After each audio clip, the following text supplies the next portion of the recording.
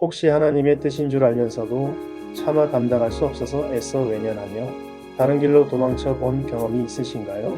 나의 생각과 너무나 다른 주님의 계획 앞에서 요나처럼 다시스로 가는 배에 올랐던 적은 없으신지요? 오늘 우리는 하나님의 마음을 등졌던 선지자 요나의 이야기를 통해 도망치는 우리를 끝까지 추적하시는 하나님의 놀라운 사랑과 그분의 진짜 마음을 함께 묵상하길 원합니다.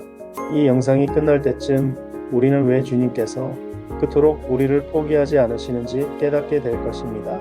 첫째, 요나는 가장 깊은 절망 속에서 진짜 기도를 배웠습니다. 주님의 낯을 피해 도망가던 요나는 결국 거대한 풍랑을 만나 바다에 던져집니다. 모든 것이 끝났다고 생각한 순간 하나님께서는 거대한 물고기를 예비하셨습니다. 그곳은 단순한 물고기 뱃속이 아니었습니다. 성경은 그곳을 수울, 즉 죽음의 연보와 같았다고 표현합니다. 천지를 창조하신 하나님의 능력이 미치지 못하는 곳은 없었습니다. 요나는 그 깊고 외로운 절망의 한가운데서 비로소 자신의 죄를 깨닫고 마음을 찢으며 기도하기 시작합니다. 우리의 신앙도 마찬가지입니다. 평안할 때 드리는 어린아이 같은 고백을 넘어 삶의 가장 큰 고난과 문제 속에서 비로소 아버지의 마음을 헤아리게 될 때 우리의 회개는 온전해질 수 있습니다. 혹시 지금 수월의 뱃속과 같은 고통 속에 계십니까? 바로 그곳이 하나님의 음성을 가장 선명하게 들을 수 있는 기도의 자리입니다. 둘째, 요나의 외침에는 죽음을 통과한 살아있는 간증의 능력이 있었습니다. 물고기 배에서 나온 요나는 마침내 니느웨로 가서 하나님의 심판을 선포합니다. 40일이 지나면 니느웨가 무너지리라. 놀랍게도 악독하기로 소문난 니느웨의 왕과 백성들은 그의 말을 듣고 즉시 회개합니다. 어떻게 이런 일이 가능했을까요? 당시 니느웨 사람들은 다곤이라는 물고기 신을 섬기고 있었습니다. 그런 그들 앞에 거대한 물고기, 뱃속에서 살아나온 요나의 모습은 그 자체로 살아있는 하나님의 증표였습니다.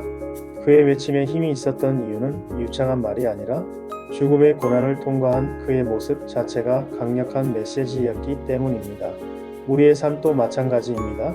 세상은 우리의 화려한 말이 아니라 고난 속에서도 우리를 건지신 하나님의 능력을 보기 원합니다. 하지만 이야기는 여기서 끝나지 않습니다. 어쩌면 가장 충격적인 반전은 이 놀라운 부흥을 이끌었던 요나 자신의 마음속에 있었습니다. 셋째, 하나님은 박넝쿨을 통해 요나의 자기중심적인 마음을 깨뜨리셨습니다. 니느웨 백성이 회개하자 하나님은 재앙을 내리지 않으셨습니다. 그러자 요나는 심의성을 내며 불평합니다.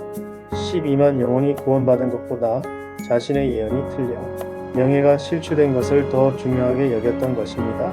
하나님은 이런 요나를 위해 작은 박넝쿨 하나를 준비하십니다.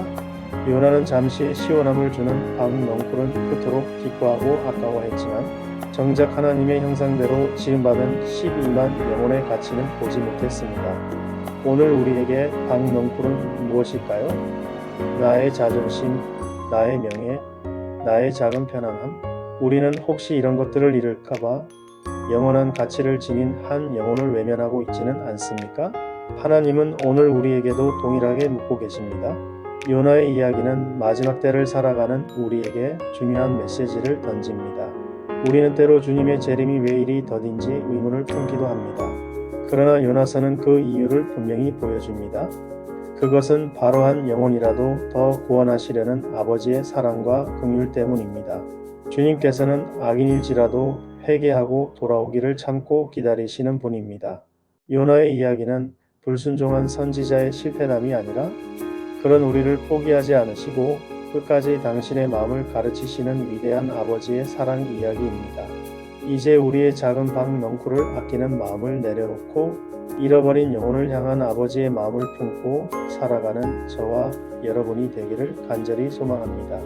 오늘 말씀이 여러분의 마음에 울림을 주셨다면 구독과 좋아요로 함께 하나님의 마음을 알아가는 여정에 동참해 주세요. 감사합니다.